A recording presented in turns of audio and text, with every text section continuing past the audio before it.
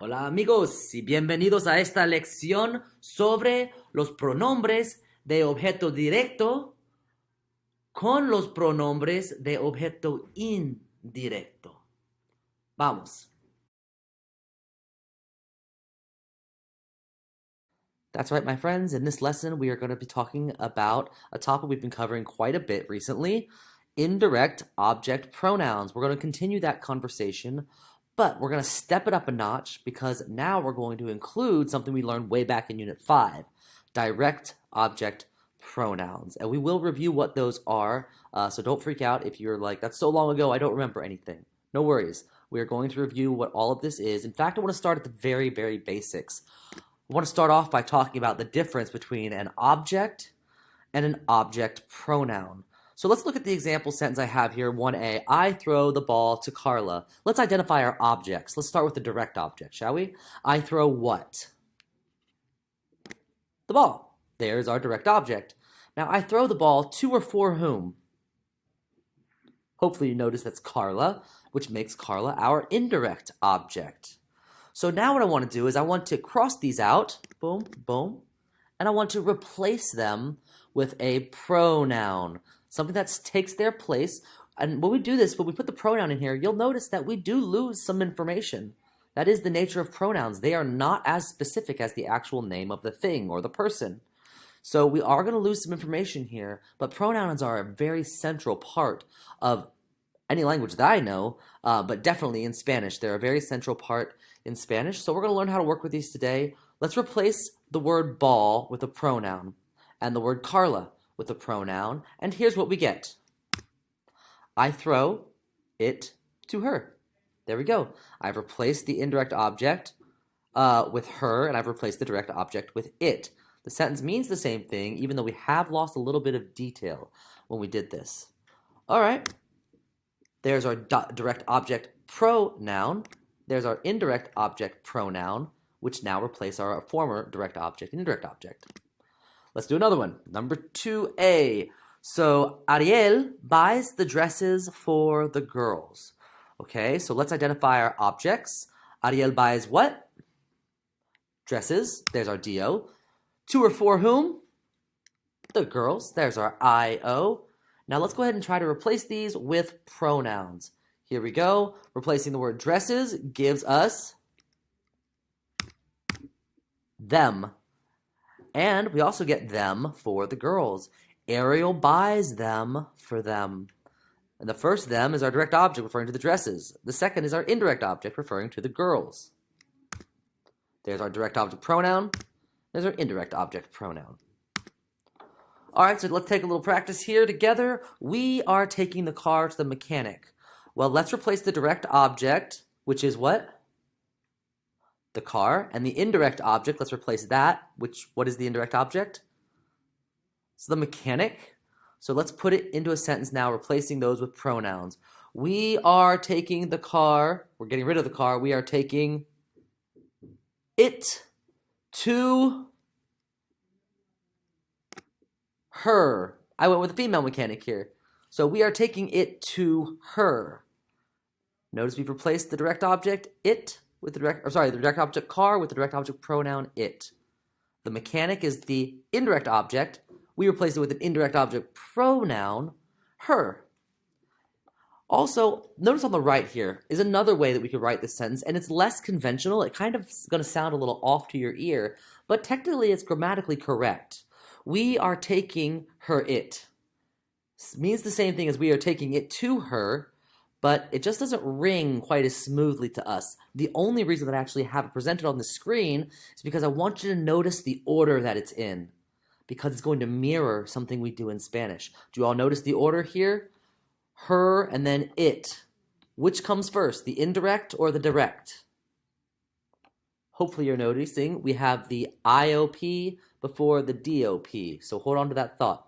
Let's do this next one. I give Thomas the vegetables. So let's replace the direct object, which is, we're going to replace that with the DOP, and let's replace the indirect object, which is Thomas. Let's replace that with an IOP, and we get the sentence, I give them to him.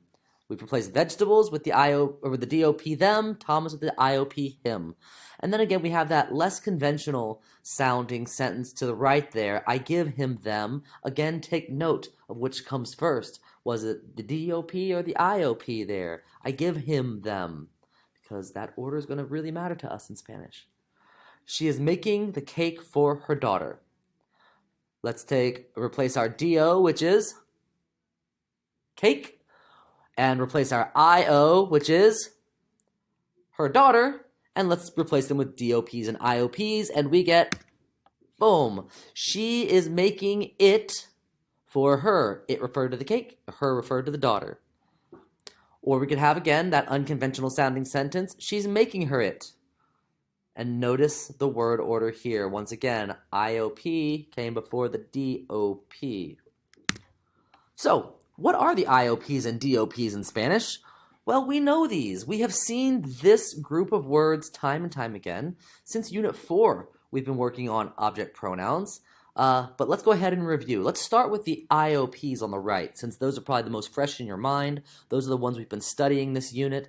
So, you know we've got me, means to me, te, to you. How do I say to him or to her?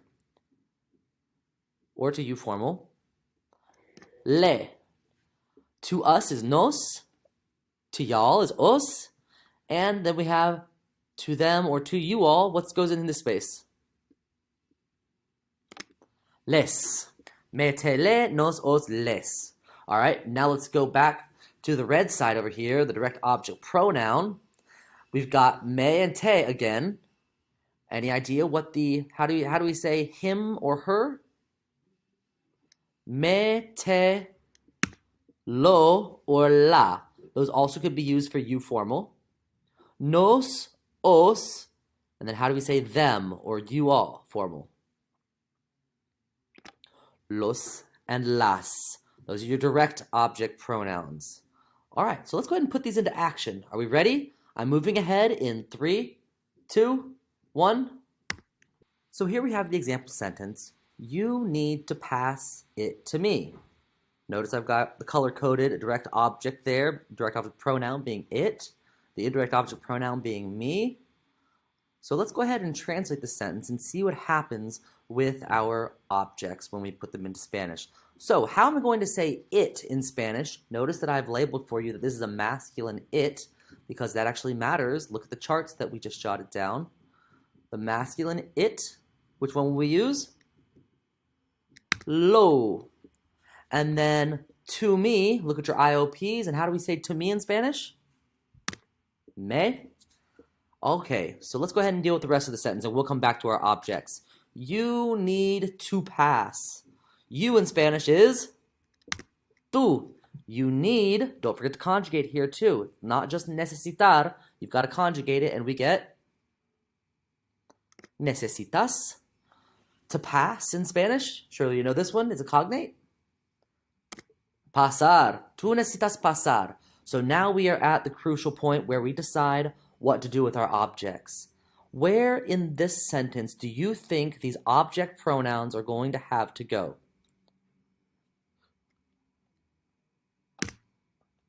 Object pronouns go before conjugated verbs.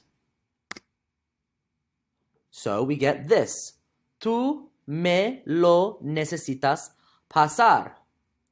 But there's another part of that old rule that I taught you, is that object pronouns can go where when you have an unconjugated verb, an infinitive.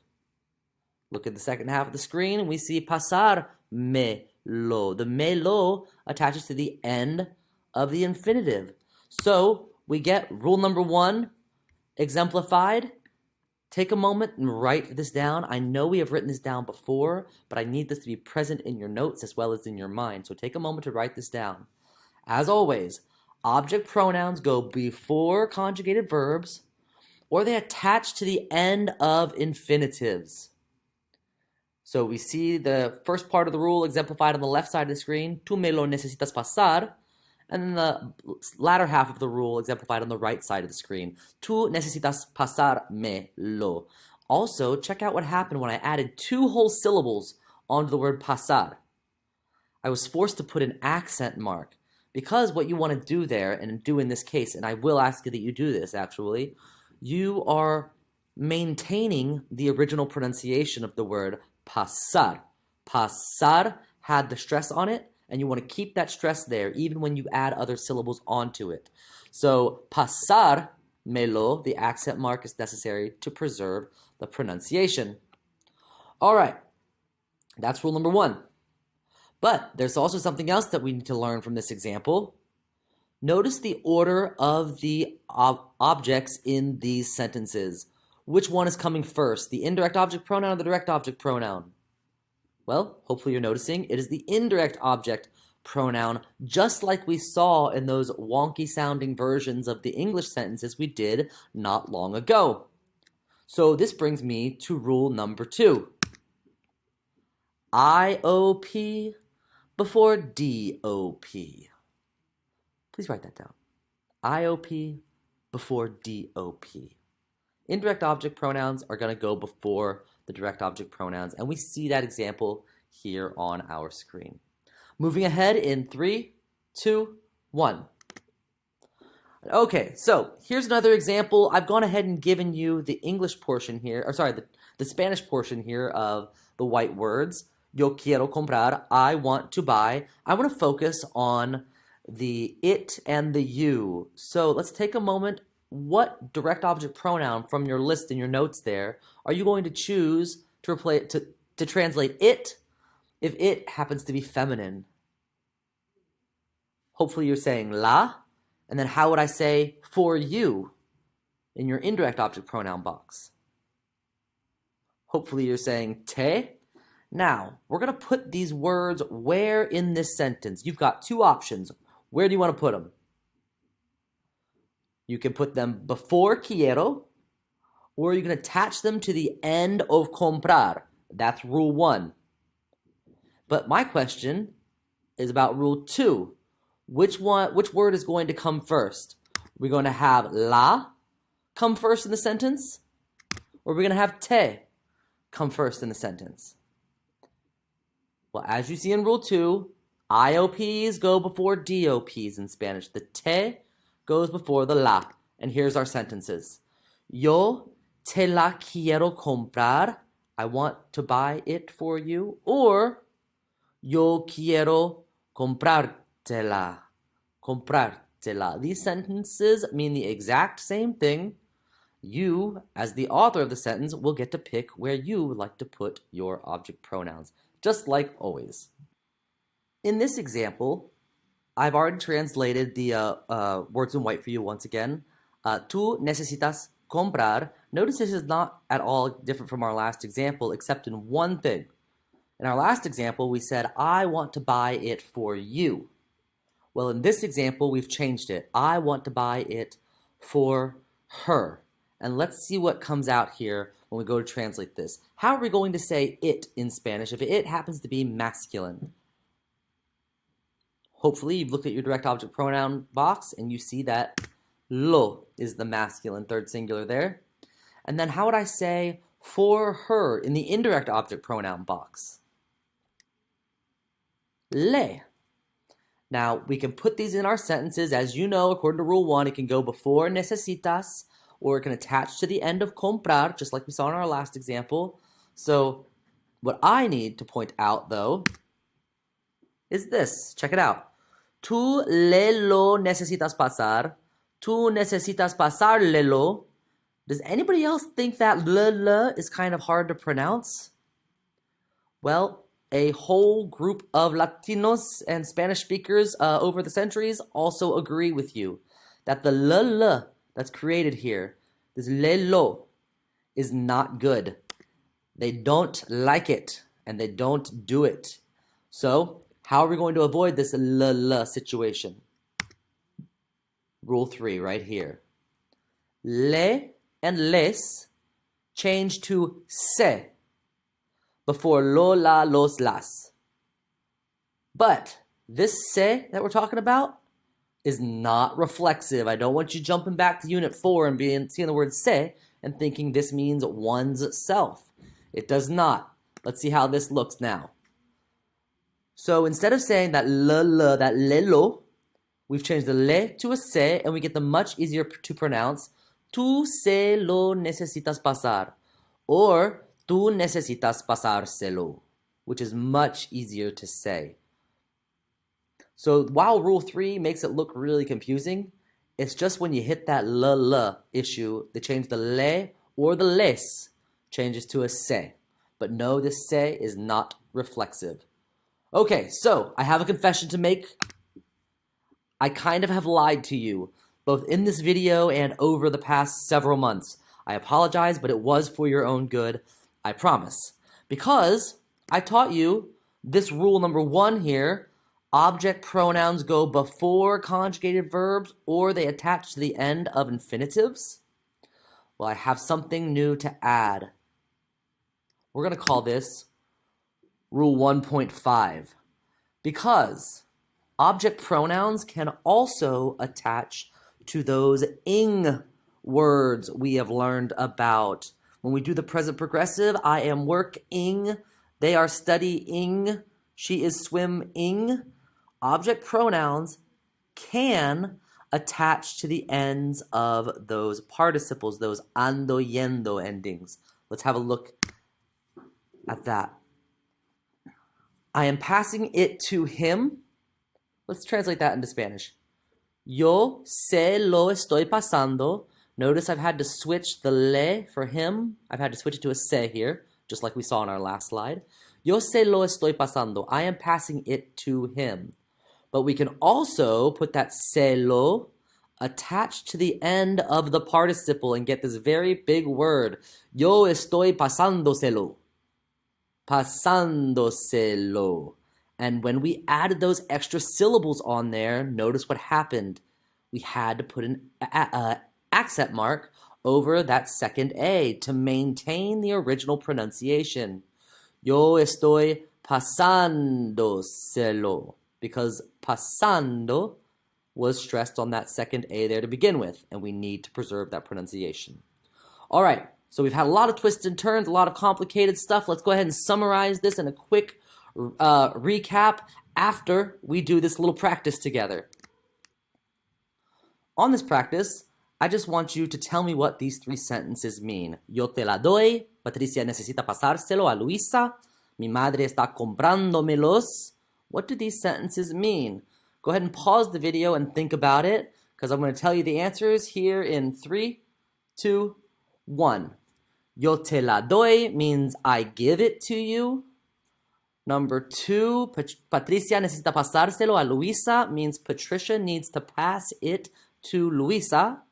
And number 3, mi madre está comprándomelos means my mother is buying them for me, or my mother is buying me them, however you'd like to translate that. Okay, quick recap, and we are going to wrap this up. Pronouns replace nouns. So in the words that we've been using, indirect object pronouns replace the indirect object. Direct object pronouns replace the direct object. Those IOPs and DOPs we've been calling them are listed here on number 2. The DOPs, we've got me, te, lo, la, nos, os, los, las. Then on the IOP side of life, we've got me, te, le, nos, os, les. See how similar those are. Hopefully that helps you. It doesn't actually make this more complicated. The fact that most of them are very similar or the same. Number 3, object pronouns, that is your IOPs and your DOPs, go before conjugated verbs, or they attach to the end of infinitives, or they attach to the end of our ing words, our ando, yendo participles. Number 4, IOPs always go before DOPs. IOP before DOP. And number 5, you're going to change that le or les to a se when it happens to fall before lo, la, los, or las, simply for the sake of avoiding the tongue-twisting l back to back. And just as a reminder, this se that you change the le from or into, it is not a reflexive se. There you have it, folks. IOPs with DOPs. Como siempre, gracias por su atención durante esta lección. Hasta la próxima.